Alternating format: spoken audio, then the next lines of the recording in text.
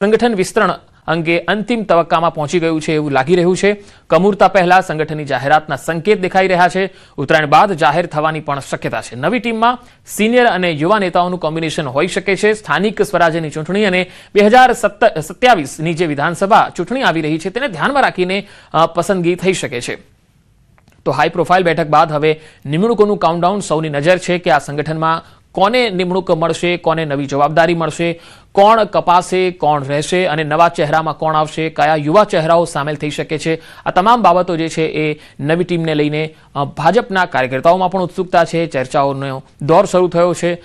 Senior અને યુવા નેતાઓનું combination આ નવી ટીમમાં જોવા મળી શકે છે, કારણ કે જ્યાં સુધી નવા પ્રદેશ પ્રમુખ બન્યા જગદીશ વિશ્વકર્મા ત્યારબાદ તેમની જે નવી ટીમ છે એ જાહેર થઈ નથી। ત્યારે વધુ માહિતી મેળવીએ સંવાદદાતા ગીતા મહેતા ગાંધીનગરથી મારી સાથે જોડાયા છે। ગીતા, નવી ટીમની જાહેરાત કમૂરતા પહેલા થાય એવી શક્યતા દેખાઈ રહી છે કે પછી ઉત્તરાયણ પછી જ થશે? જી, જો કમૂરતા પહેલા જાહેરાત કરવી હોય તો આજે બપોર પહેલા કરવી પડે, કારણ કે આજે બપોર બાદ કમૂરતા બેસી જાય છે। એટલે જો આજે જાહેરાત ન થાય તો પછી ઉત્તરાયણ પછી, એટલે કે કમૂરતા ઉતરે ત્યારબાદ જાહેરાત થાય તેવી એક સંભાવના જોવાઈ રહી છે।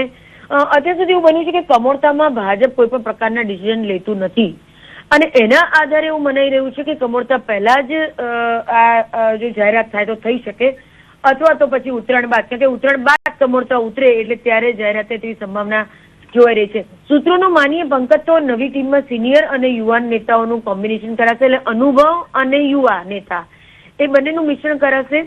અને ખાસ તો સ્થાનિક સ્વરાજની ચૂંટણી અને 2027ની જે વિધાનસભા ચૂંટણી છે તેને ધ્યાનમાં રાખીને પસંદગી કરાશે। 4 પ્રદેશ મહામંત્રી, 6 થી 8 ઉપપ્રમુખ, 8 થી 10 સચિવ અને ખજાનચીની શક્યતા છે અને 7 પ્રાદેશિક મોરચાના પ્રદેશ પ્રમુખોના નામ પણ ટૂંક સમયમાં જાહેર થાય તેવું લાગે છે। સાથે સાથે રાજ્ય સંગઠન બાદ જિલ્લા અને મહાનગરની ટીમોની પણ જાહેરાત થાય તેવું લાગે છે। એટલે જો આજે બપોર સુધીમાં આ જાહેરાત ન થઈ, નાની મોટી પણ, તો પછી એ આ જાહેરાત ઉત્તરાયણ બાદ જાય તેવું દેખાઈ રહ્યું છે। જી ગીતા, આભાર માહિતી આપવા માટે।